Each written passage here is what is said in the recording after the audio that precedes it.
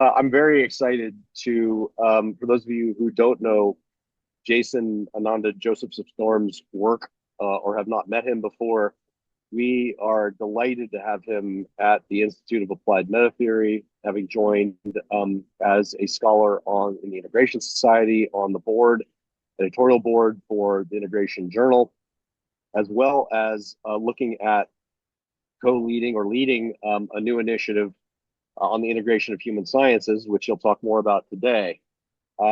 He is an American academic, philosopher, social scientist, and author.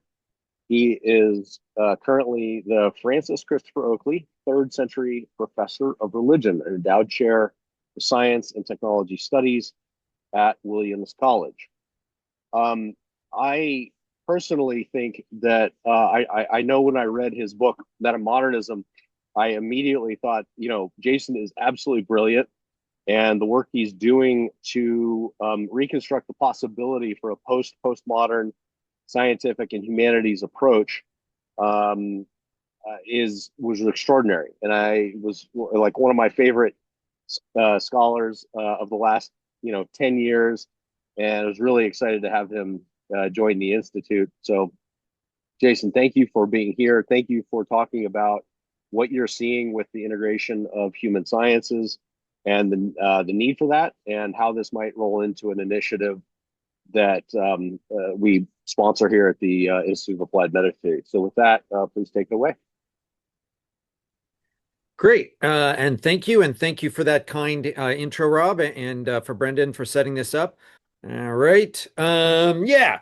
So it's crazy time of the semester. So what I've got for you is a little slapdash, and I apologize in advance for the provisionality of some of it.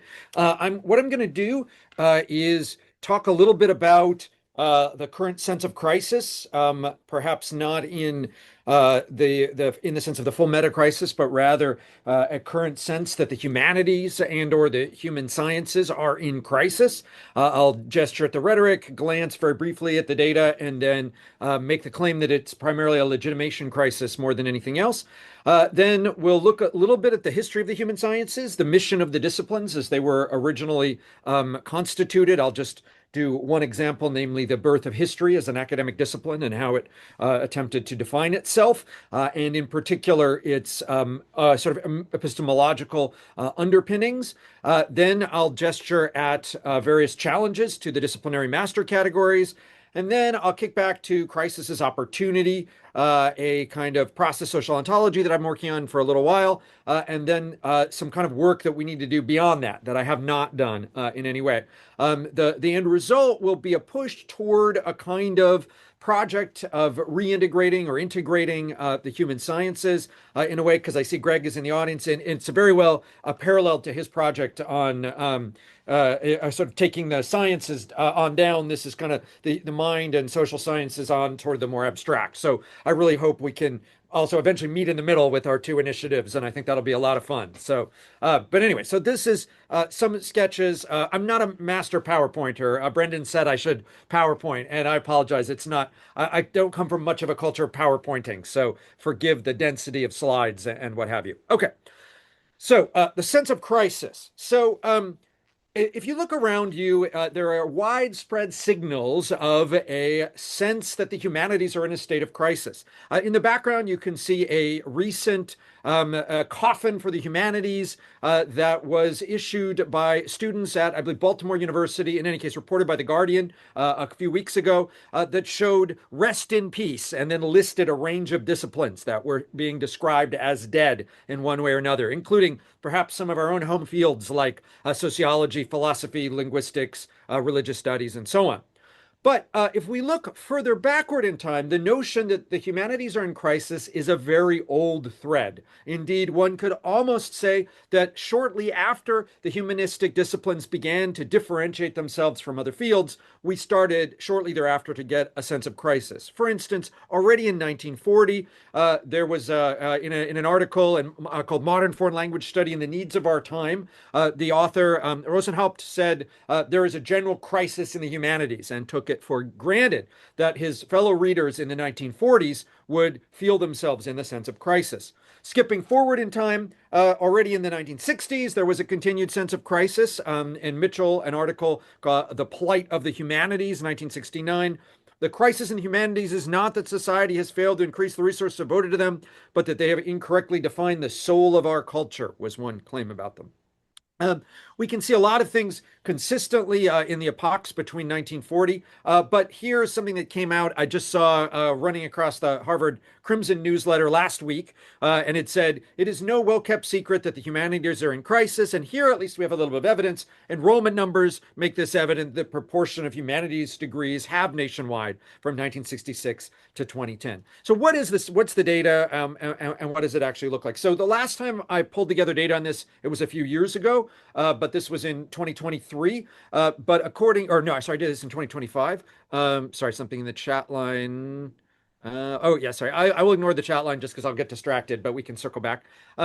So part of the evidence, if we look at humanities indicators by the American Academy of Arts and Sciences, what we see is that in absolute numbers, there's been some fluctuation up and down, but it's in a way in a sort of stable band, even in a certain way, from a peak in the 1970s, and then a decline, and then roughly by sheer numbers, I don't know if you can see the right-hand side of the chart, but it's a fairly stable up and down with a slight decline in terms of absolute numbers by 2023 when the data ends.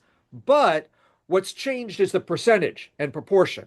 So what we have is that humanities are, in terms of actual completed bachelor's degrees, have been decreasing steadily since the 1970s in a way, in part because more people are going to college, but proportionately much less of them are majoring in the humanities and social sciences, especially the humanities. So one data point again from the American Academy of Arts and Sciences suggested that in particular, all bachelor degrees are showing a decline in numbers because there are more different things you can major in. But already by 2022, it was clear that the humanities as a percentage had kept falling. And indeed, as an absolute percentage of the piece of the pie has been in free fall and is now down to about 8.8% by 2022. And I imagine in the last 4 years, things have gotten even worse. Along the same period, we have seen a general confidence collapse in higher education. In 2015, this is based on a different data indicator from a Gallup survey, but about 57% of Americans thought that higher education was valuable or that they felt confident in the capacity of higher ed to do, I think, have positive benefit. And by 2023, that number had fallen into 1 1/3. And then I imagine, again, I haven't looked at the data, but that number has continued to plummet. So in part, what we have is a stable number of people, but the humanities are taking up a smaller and smaller part of the pie. But moreover, the confidence in higher ed has fallen. And in general has fallen, and the sense that the humanities are in crisis, if anything, has amplified. And we might say the humanities feel perhaps less in crisis because the whole university system is in crisis in some way or another. But anyway, so there's some evidence for it, but it's more complicated than the story of pure crisis would suggest. There's a red herring in terms of the job-related outcomes. There's at least some evidence, and again, there are different ways to spread the data, but that the humanities students don't, on the average, make much less than their STEM peers. That said, the undergraduate majors with the lowest average income are studio arts majors, and they're in the humanities, and those with the highest average post-graduation income are petroleum engineers. This is, again, 2023 data, but that said, it's not mainly about jobs. There's an image that it's about jobs, but if you look at professional hiring outcomes, at least it's not clearly as straightforward as that, basically. So instead, what we're experiencing is what Jürgen Habermas could call a legitimation crisis. Which Habermas famously defined as a situation of self-justification that arises when a social system now I can't say that for my full screen, but allows the possibilities for problem solving has forbidden foreclosed that are necessary for its continued existence. Habermas wasn't talking about academic disciplines. He was talking about states and the sciences as such, etc. But we can see a general sense across many sectors of the academy that the humanistic disciplines are in a particular state of trouble, perpetual crisis. And at the very least, if we look at the public discourse, the humanities are demanding a declining part of public conversation. Social sciences might be doing a little bit better in a few places, perhaps with outliers like economics or psychology. But we basically have lost a sense of public intellectuals. We have lost a sense of a grand mission in the humanities. And in particular, we've lost a sense of collective problem solving and even the value of the humanities, which, again, I don't even think should be thought of in terms of job market. That's a concession to one of the conversations. So how did we get here? What is the history of these disciplines? So I plugged my data into Gemini to produce this image, and so I'd have to fact check the numbers again because it may hallucinate, but it made a kind of cool picture here. So what we might note is that in the US American context, using the establishment of professional societies as its watermark, most of the humanistic and social scientific disciplines had their first appearance in a narrow band, starting in basically the 1870s, and then in the United States with antecedents about a generation or so earlier in Western Europe, and then with the formation of archaeology, modern languages, history, economics, psychology, sociology, anthropology, political science, and linguistics rolling into the beginning of the 20th century. Part of what this already might suggest to us is that each of the disciplines and their way of carving up the world emerged from particular formations of the academy that were very much a part of the 19th century. And indeed, one of the things I'll suggest is that there's a very much, it's a very kind of high modernist, or I don't know what we want to call it, positivist outlook that defined many of these disciplines in their early professionalization. And we should note that before this carving up of the conceptual space in the humanities and social sciences and most obviously the natural sciences, there was a larger notion in the medieval university and the early modern university of various notions of broader liberal arts, or we could use different terms to describe that, but the formation of disciplines like theology, medicine, and law, which were the dominant forms of educational inquiry in the early modern period. And so in a way, partially what's happened is the gradual departure of theology and theological concerns even before these academic disciplines could get up and running. So this is what's sometimes called the secularization of the university, but it's more complicated as a narrative than that. But what were the disciplines originally supposed to do? Well, one way to look at this is to look at founding documents by early disciplinary figures. And one of the key ones that I've been writing about recently is the history of the study of history in the United States and in the Anglophone world more broadly.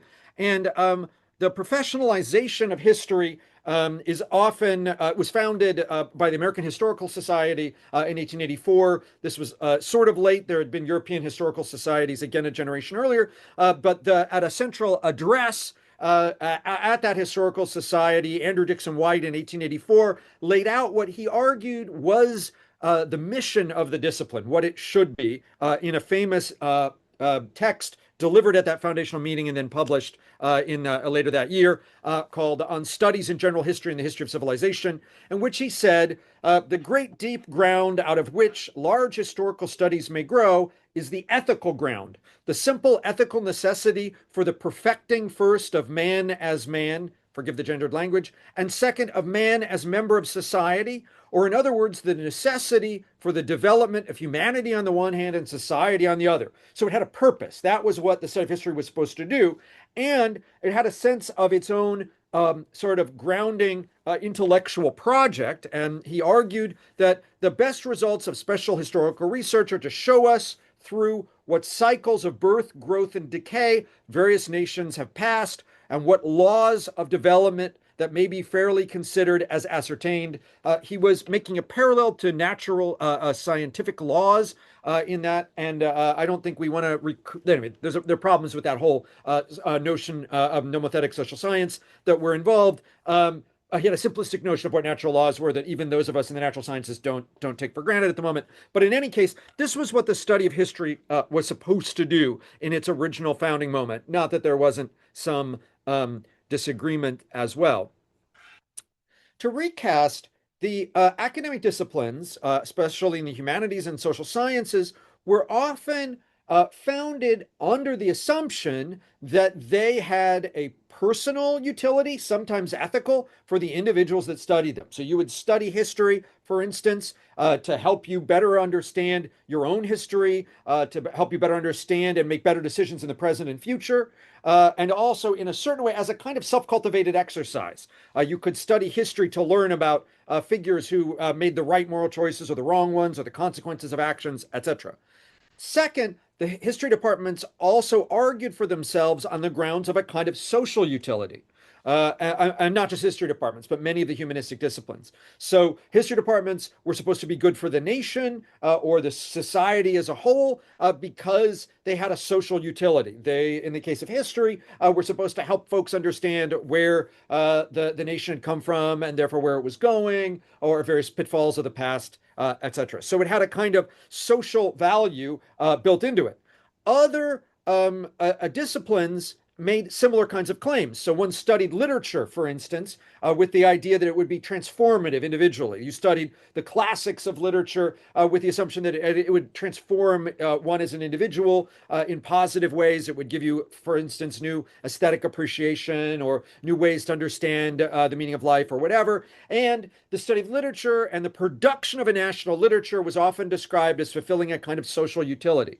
So the idea was English departments were founded not just for selfish reasons for the individual English majors, but because language and English language pedagogy were central to the national conversation, because great literature was going to be a defining feature that was going to make a particular nation to be a benefit to it or to be benefit of the society, etc. This wasn't just true of the humanities, but was also, again, true of those disciplines that describe themselves as social scientific, although that differentia is a little bit late in its articulation. They were also often articulated around a background epistemology that we could call a kind of broadly inductive empiricism. And this is true especially of the more social scientific disciplines. But basically, the idea was that you sift through vast volumes of data to begin to make kinds of inductive generalizations. They didn't yet have it wasn't a very sophisticated background, but often had a positivistic character to it. The idea was that somehow we could discover a kind of truth, even if it was a truth simply of a particular intellectual system or what have you. A lot of these early disciplines use this language of science, and indeed the notion that the natural sciences represent something fundamentally different from the social sciences was something that was being articulated in the 19th century and really took its main fruition over the course of the 20th century. So they were often looking for what they thought of as quote unquote scientific truths, but we might say kind of that they were thinking of, in the case of history departments, for instance, truths about the past, and they were looking for social scientific laws. Again, they tended to presume the natural sciences as models, and were often trying to emulate them in ways that were varyingly clumsy. But that made sense given the intellectual context in which these disciplines originated. What is more, as I argued in the Metamodernism book, many of these disciplines also these disciplines often focused on the idea, and this is the part that is perhaps most strange in retrospect, perhaps, that they could at least capture or provisionally apprehend a totality, so that the discipline was capable of basically complete or self-sufficient description of the phenomena that it examines. To put it in a less jargony or philosophically dense way, what I mean is that each of the disciplines often thought that it had a distinct object, and that it could explain and fully account for that object more or less within the discipline itself. So history departments argued that they were separate from literature departments because history was its own autonomous set of relations. And now it seems arbitrary now. We could, and I'll push into that later, but even more clearly, sociology thought that it was a discipline rooted in the study of society, particularly industrialized societies. Things like the anthropology were focused originally on the idea of culture and civilizational cross comparison, an attempt to figure out what it was that made humans developmentally both the same and different, or what have you. But the idea was basically anthropology was autonomous sociology was autonomous, etc. Now, they recognize in practice that they were related to other disciplines in the humanistic sphere, and there were plenty of figures early in the history of the disciplines that crossed more than one discipline. But increasingly, over time, specialization turned what had been a focus of inquiry into what we could think of as kind of disciplinary silos.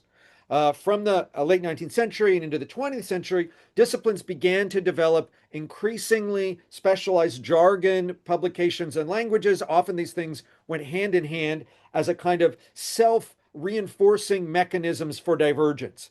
So, and I'll talk about this maybe more a little bit later. But what tended to happen was that because new academic journals, which are also being born in this period, instead of appealing toward broader publics or even the educated reader more broadly, increasingly focused on narrow specialists in disciplinary fields.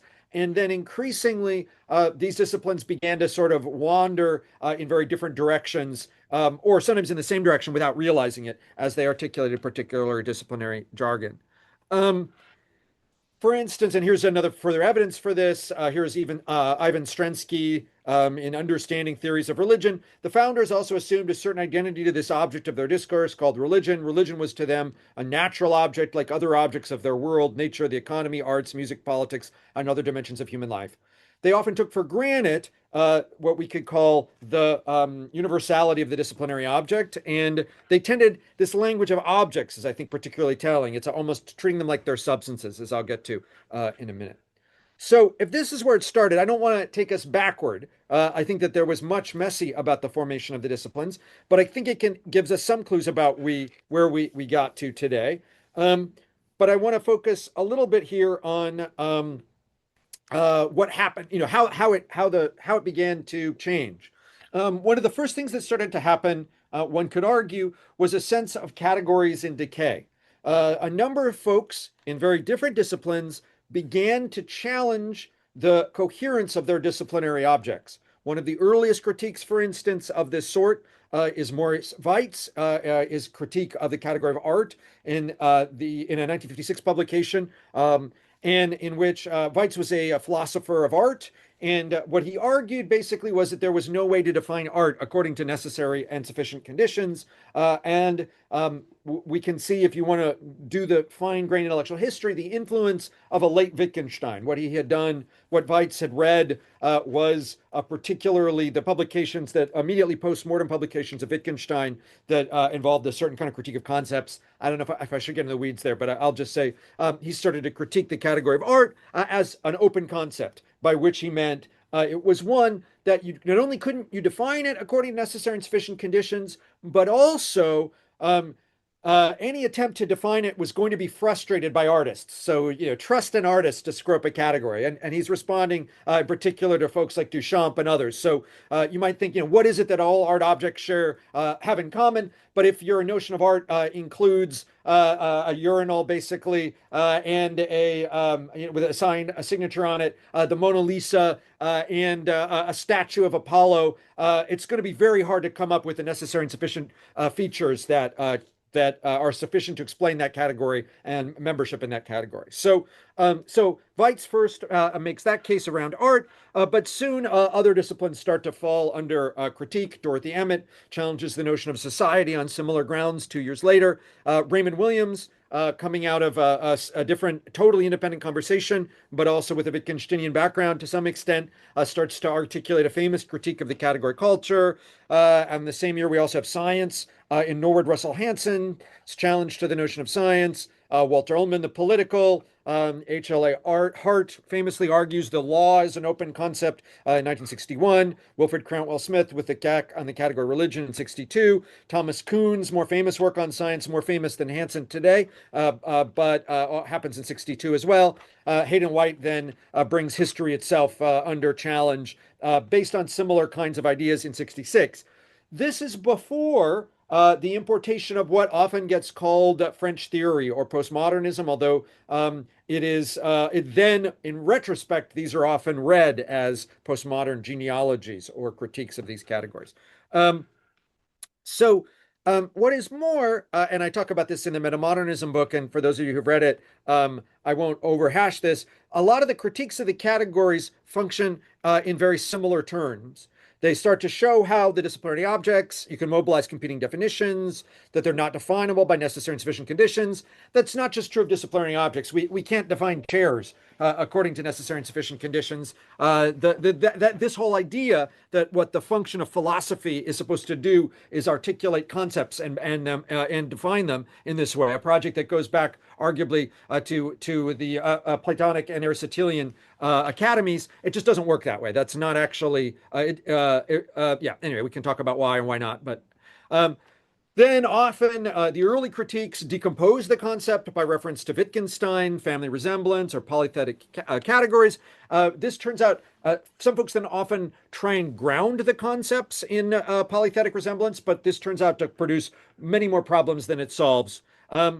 So people also note that the definitions of categories are built on exclusions, and they're built on exclusions that they can't always maintain. You can always introduce nominalist skepticism in the categories, note that they are not sufficient to explain their objects, that they're often generalizations, etc. And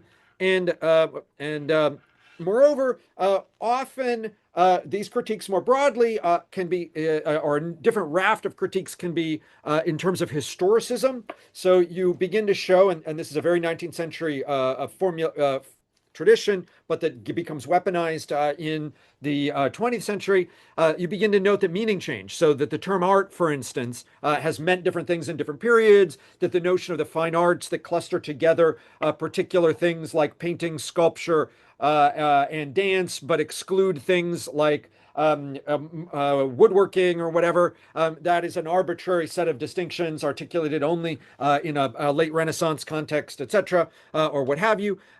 Or you do a second order historicism, which begins to pick up with a kind of moralizing tone in the 70s particularly. But you note that there not only has there been meaning change over time, but that there are various kinds of vested interests in the category and in who is set to define it. Why is craft being excluded from the category art? Who benefits from that, for instance? What individuals get to define themselves as artists? What are the gendered or racial or cultural, etc. assumptions built into those categories? There also tend to be relativizing critiques, and these pick up speed again also in the 60s initially, but then they're reformulated in the context of the post-colony, but they are often culturally relativizing. So folks begin to note that if the ways that the category religion is defined mean that other cultures don't seem to share that term. They don't have a concept of that category, depending on how you define it. Also, folks start to notice that the introduction of the category itself can often cause second order changes. So the introduction of the notion of society into what gets called a social formation produces feedback loops that changes the thing so studied or categorized. Or the notion that of literature changes the way that people write. The notion of fine art changes the kind of objects that people produce and how one apprehends them and experiences them, etc. Moreover, in addition to these immanent and relativizing critiques, there are also a series of normative critiques. Often, this is particularly applicable to the disciplinary master categories, but they often are value loaded. So to call something art is as much a term of praise as it is, to dismiss something as not art is often, to say that it's junk or something like that, at least in a certain context. So all that is to say, folks begin to recognize that the categories have normative contours to them. And finally, the categories can often be connected to a negative ism, by which I mean that a lot of academic scholarship, particularly from the 70s going forward, has focused on the way that these grand sort of civilizational tragedies, whether you call them colonialism, sexism, etc., have had various connections to racism, etc., have had various connections to the categories and how they were deployed.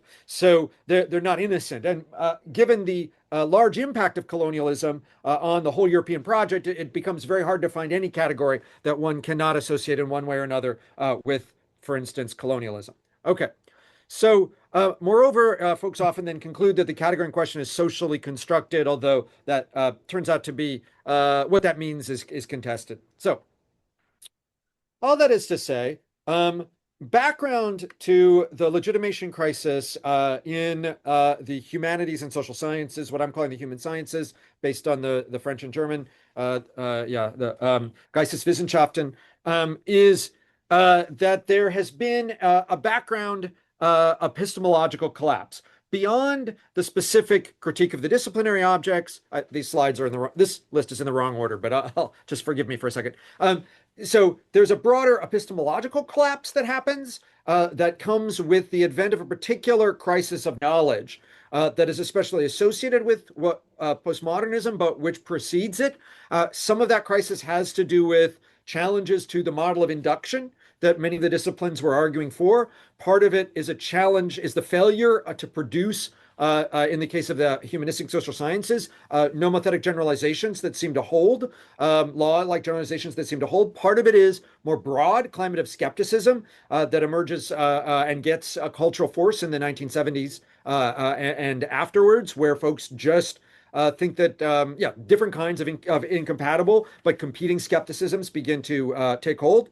There's also a crisis of meaning, and I mean this in a linguistic sense, not so much in a ethical one, although that's probably relevant. I'll get there in the next point. But in that there was a philosophy of language that dominated much of the academy in the same period from the beginning of the 20th century that failed to have a reasonable account of meaning insofar as it started producing lots of paradoxes around translation, what is meant by meaning, etc. And part of this was a product of many humanistic disciplines preserving a philosophy of language that they had fossilized in the early 20th century, where linguistics was going in a different direction, and philosophy of language was going in a different direction, but in ways that didn't have much implications for workaday scholars in the humanistic disciplines. We can talk about that if you want. Moreover, the idea that the academic fields were useful was often replaced by a kind of scornful moralizing. Postmodernism, but not postmodernism alone, combined notions of cultural relativism and value neutrality, both good on their own, but especially in the right measure, but with the presumption that being critical wasn't promoting a value. And so this turned into a kind of scornful moralizing in the academic disciplines. It became impossible to stick up for the value of literature in literature departments. That seemed to be ethically loaded and in violation of either value neutrality or cultural relativism, but it seemed totally okay to criticize literature in academic disciplines. That seemed objective. That seemed more value neutral. But what that criticism was itself a kind of scornful moralizing. It is a moralizing. It's just a moralization by way of critique. And this is, I should have put the challenge disciplinary objects at the top of that list, but that's what I've just told you. These are other things. And alongside these came an increasing hyper-specialization and fragmentation of the academic disciplines. Alongside the other changes and challenges that I've been talking about, academic disciplines, and this is a positive result of a continued production of PhDs. And indeed, in a way, we had a post-war boom in academic disciplines for a while. But one of the side effects of this was the function of the academic job market and its emphasis on producing increasingly specialized publications for increasingly specialized audiences. While there is value in this to some a significant extent, when that's the only thing or even the main thing, especially humanistic disciplines are doing, it leads toward a continued sense of irrelevance around them because folks are not capable of talking up to each other. Folks are doing work that is incredibly narrow in its primary focus and implications. And indeed, this is in a certain respect an evidence for the maturity of the disciplines, because then instead of, doing big histories that people are interested in, you then do, the big history of the 20th century has already been done, you think, and so you do a history of 5 years or whatever. But it has the side effect when it becomes not only the dominant, but like hugely, massively dominant form of scholarly and intellectual analysis of increasingly consigning the scholarship thus produced to irrelevance. and academic pressures toward publish or perish, which have only accelerated in the era of precarity, encourage folks to churn out hyper-specialized publications, often on repeated topics, often low quality, in order to get jobs. And I'm not faulting folks for doing that. I understand why that's a successful job market, but it contributes to further fragmentation of the disciplines, and it leads toward people talking past each other increasingly. And so we have disciplines that should be able to have they're often talking about similar kinds of things, but in competing jargons, often unaware of each other, and with an increasing sense of their own value and superiority, in part the jockeying for ranking within the academy, but often what ends up happening is stuff gets more and more specialized and less relevant to other folks, especially when that's the main and dominant, not just the dominant model, but the hugely dominant model of what academic scholarship is seen as, and what it looks like. So what can we do about this? So a lot of what I've just said to you rehearses with slightly different detail stuff that I've thought about or written about a little bit more. What I want to suggest is that the crises and the sense of crises are also an opportunity. Much of the disciplines that challenges to the disciplines are in a way well articulated. I mean, it's just the implications of those challenges have not been taken in the right direction. I'm not trying to preserve the academic disciplines from critique, but to note that part of the sense of crisis is because the disciplines are resting on historical antecedents and assumptions which we no longer take seriously, even within those humanistic disciplines themselves. Part of the problem, however, is that the work has been just negative and we haven't done the positive work. So again, I don't want anyone who's seeing this who doesn't know my work at all to mistake what I'm calling for as a kind of nostalgia or return, although there are some things I think we do want to recoup. But in general, I want to see how we can grant the critique and move forward, not reject the critique. What might that work look like? So there's some work that I've already begun to do, did in the Metamodernism book and in some other publications. In the first case, I think what I was trying to articulate was a meta-epistemic stance toward the skeptical crisis that was motivating the academic disciplines. To do that, again, in Q&A, I'm happy to go into as much or as little detail as folks want. But I argue that the problem is not doubt, but equating knowledge with certainty. So that's the first point, to grant a kind of fallibilism. But we can go even further. We can show how doubting doubt, how turning skepticism on itself produces humble knowledge, and how we can transform the kind of skeptical dogmas, the claims like knowledge is power, or what have you, that into cautions or doubts, rather than dogmatic claims. So treating them not as a kind of dogmatic assertions that knowledge is impossible, but using them as grounds for suspicion. And suspicion isn't a problem if it's one of the things that you do. It can probably even be good, but it shouldn't be the only thing that we do. What is more, I also tried to argue for an ethical response to the perceived, well, to the crisis in the humanistic disciplines. In the first case, this is perhaps the least innovative part of the Metamodernism book, but I think it's an important one, bringing together critical theory and virtue ethics to show how we recognize and not deny suffering, but we start to think about what human flourishing could look like, what eudaimonia could look like. The early disciplines were originally formulated, and this is perhaps the part that I'm gesturing backward, the piece that I'm recouping, to figure out how to live a better life. History, the study of sociology was supposed to help one build better societies. It wasn't supposed to be merely a cataloging of the features of demography or what have you. The English departments, were the idea of the aesthetic as a valuable feature of life or whatever, was part of the founding disciplines of the and so we can grant the critique in this at the same time, and even challenge the fossilization of certain canon.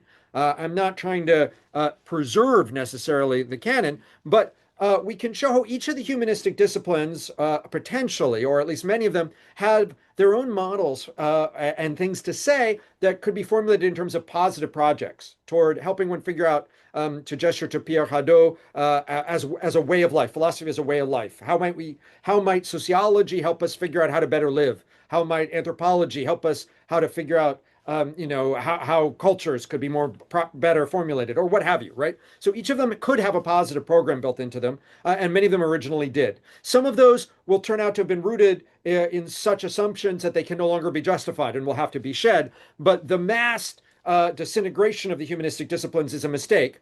Moreover, I will argue that unlike classical forms of virtue ethics, we have to formulate a pluralistic sense of what human flourishing looks like. So it's not going to turn out that we all flourish in the same way. Some of us are going to be happy, as Aristotle was, being philosophers sitting out from the world, but other people are happy and flourishing as artists or as poets or as scientists or as sculptors or craftspeople. So there's a wider spectrum of kinds of possible lives, or as monastics or priests or nuns. There's just so many things and so many possible and different lives. That said, there are some generalizations and things that we can learn both on a collective and individual level from the academic disciplines. Moreover, to the crisis of the disintegration of the disciplinary categories, I articulated a social ontology that lets us I argue that we can embrace many of the critiques of the disciplines if we shift from a substance to a process ontology. I know some of the folks here are broadly Whiteheadian, and mad props to process ontologists. I argue for a social ontology in the Metamodernism book, and I show that the thinking of the social categories as natural kinds and substances is part of what caused the problems in the first place. And instead of thinking of them as processes, gives us a new purchase on which to study them. You can see the background is different. This is a slide from a different talk, but I have a particular case for what I mean by social kinds and the value of a process social ontology. And I argue that not just humans, but humans and social animals have the power to produce new kinds of entities that have different properties than the individuals have on their own. Hammers, traffic jams, wasp nests, rolls, etc. And these second order kinds and their interaction, their ecology, make up what we could call the social world. And there's a lot of evidence that psychology has shown that there's a human tendency toward change, blindness, and reification. So we tend to treat social kinds as if they're natural kinds, but in point of fact, they exhibit all the features that the critique, or often they exhibit the features that the critique articulated. But this doesn't mean that they can't be studied, and indeed it provides further evidence that it's best to think of them as processes of particular sorts. So after having done that work, I had a good conversation with Rob and Brendan a while ago, and I wanted to try and translate some of that into work still to be done. So if what I've done is try to provide a few pieces of it on a philosophical framework, there's a lot more work that needs to be done in terms of reintegrating or integrating the human sciences. Particularly, and this is part of our conversation, there's a way in which I think some version of metatheory can really play into as a direct response to disciplinary fragmentation, and ways to think about higher order theories as ways to create cross-disciplinary translation that sees patterns without erasing differences, and that can move beyond a kind of interdisciplinarity to a kind of meta-modernization of the academy. And then concretely, there are ways in which various institutional mechanisms could be leveraged. Right now, we're in a moment with elite overproduction of PhDs. The academy is churning out many more PhDs, especially in the humanistic disciplines, than there are jobs. This institutional crisis, combined with a series of radical changes, actually produces the context of a particular set of opportunities. It means that there are a lot of smart people, right? And there's been a big generational shift going on, and so and a lot of people aren't even entering the PhD academy because they recognize that it isn't fulfilling its best function. And there's a lot of and the work is very important. So there's a way we can take advantage of that. And I don't mean this cynically. I mean this really help folks.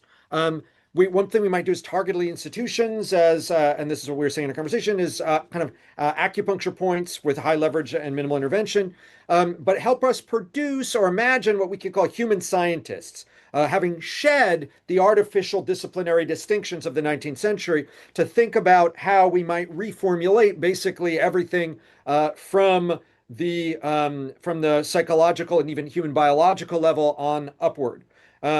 And how producing folks with who can respond to, move across, and take this disciplinary fragmentation could even give us advantages. Oh, sorry, I went backward over neurospecialists. And concretely, we can focus on a specific set of places that we could intervene. We were talking about this also, but I wanted to share this with the group as a whole, thinking about the way that we might imagine, instead of folks or maybe alongside folks majoring in the classical disciplines like English or whatever, people could study the human sciences as its own kind of second order disciplinary form of study, and that this could facilitate this would be a training in the capacity for all the epistemological and social scientific and humanistic tools and endeavors that really invigorate the disciplines, but are vanished from it, or needed by the disciplines, but are absent from it. And we could see how that in a particular way, certain form, we could begin to train folks in a graduate context, focusing on undergraduate majors, and this could even have impact. I think we need to get outside the ivory tower in various ways. Moreover, there's a way in which one of the biggest things that we're missing in many of the humanistic disciplines is also, or in the human sciences more broadly, is a communication with the public. And in part, we've lacked this communication with the public. There are science communication jobs all over the place, or there used to be. They're not humanities communication jobs, but they're equally valuable. But in part, if all the humanities are doing, or mostly what we're doing is just scorn, that's not going to be interesting to the public, although we can do some of that. We can't only do that. I think that there's a lot of room for various ways to communicate the interesting findings that we do beyond, and even to think about the production of public intellectuals in a new way that include in the spectrum of public intellectuals not just random famous physicists or more often than not famous economists. Economics is perhaps the one humanistic discipline that has the most public visibility at our current moment, despite its poor predictive power, etc. But can think about producing other kinds of public intellectuals. Yeah, where am I going with all this? So how might metatheory help chart a way forward?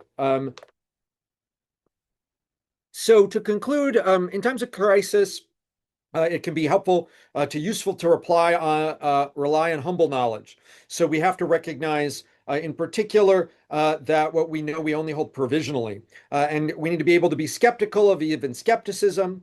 We can use or understand the understanding of process social kinds to investigate the origins of the crisis and its perception, and identifying the things that are causing those to cluster. I make the case that we should turn toward a kind of critical virtue ethics in which we could perhaps restore the pursuit of human flourishing as a grand mission. We need to recognize, not deny, widespread suffering, while believing that by working together we can help shape a better future.